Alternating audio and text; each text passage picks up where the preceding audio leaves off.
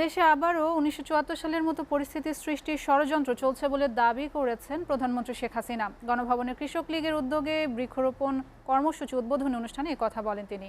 বিএনপির মুখে সুষ্ঠু ভোটের কথা হাস্যকর উল্লেখ করে শেখ হাসিনা বলেন, ভোট চুরি করে কেউ ক্ষমতায় থাকতে পারে না। এসকে সৌরভের প্রতিবেদনে বিস্তারিত। সুযোগ্য নেতৃত্বে আজকে আমাদের গণভবনে কৃষক লীগের উদ্যোগে ৩ মাসব্যাপী বৃক্ষরোপণ কর্মসূচির উদ্বোধনী অনুষ্ঠানে যোগ দেন আওয়ামী লীগ সভাপতি প্রধানমন্ত্রী শেখ হাসিনা। শুভ উদ্বোধন আমি ঘোষণা করছি। কৃষকদের আরো বেশি করে ফসল ফলানোর আহ্বান জানিয়ে তিনি বলেন, দেশের মানুষের খাদ্য চাহিদার কথা চিন্তা করে কৃষিতে ভর্তুকি দেয় সরকার। আমাদের কাছে হচ্ছে আমাদের 3 ফসলি জমি কোনো মতেই সেটা নষ্ট করা যাবে না। সেখানে কেউ কোনো ইন্ডাস্ট্রি করতে পারবে না।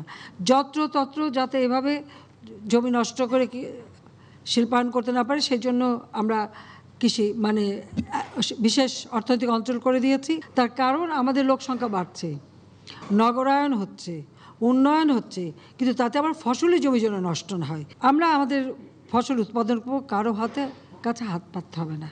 শেখ হাসিনা বলেন, ক্ষমতায় এসে শুধু জনগণের ভোট চুরি না, কৃষকের ভাগ্য নিয়েও ছিনিমিনি খেলেছিল খালেদা জিয়া। আমার মনে এটা সকলের মনে রাখা উচিত যে 1996 সালের 15 ফেব্রুয়ারি একটা প্রহসনমূলক নির্বাচন হয়।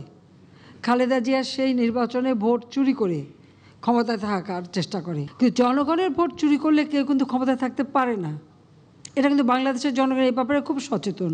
সারা বাংলাদেশে বৃক্ষ নিধন এটাও কিন্তু তাদের একটা চরিত্র। 2013 সালের খালি আগুন দিয়ে মানুষ পোড়ায়নি, ওরা হাজার হাজার গাছ কেটে ফেলেছিল এই বিএনপি জামাত। গণতন্ত্র ও ভোটাধিকার নিয়ে বিএনপির প্রতিষ্ঠাতা জিয়াউর রহমানের তীব্র সমালোচনা করেন সরকার প্রধান। বলেন, মানুষের ভোটাধিকার হরণ করেন তিনি। অবৈধভাবে ক্ষমতা দখলকারীরা শুধু মানুষের ভাগ্য নিয়েই যে ছিনিমিনি খেলেছে তা নয়, এদেশের গণতান্ত্রিক ধারাটাও নষ্ট করেছিল।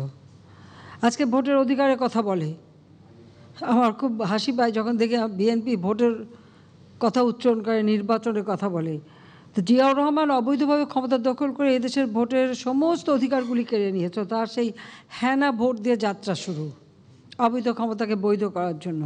যেখানে সেখানে কোরবানি করে জায়গা নষ্ট না করতে দেশবাসীর প্রতি আহ্বান জানান প্রধানমন্ত্রী শেখ হাসিনা। যেখানে এই কোরবানি করে জায়গা যেন নষ্ট না হয়, নোংরা না হয়, সেদিকে লক্ষ্য রাখতে হবে। SK Sourav, STV, Dhaka.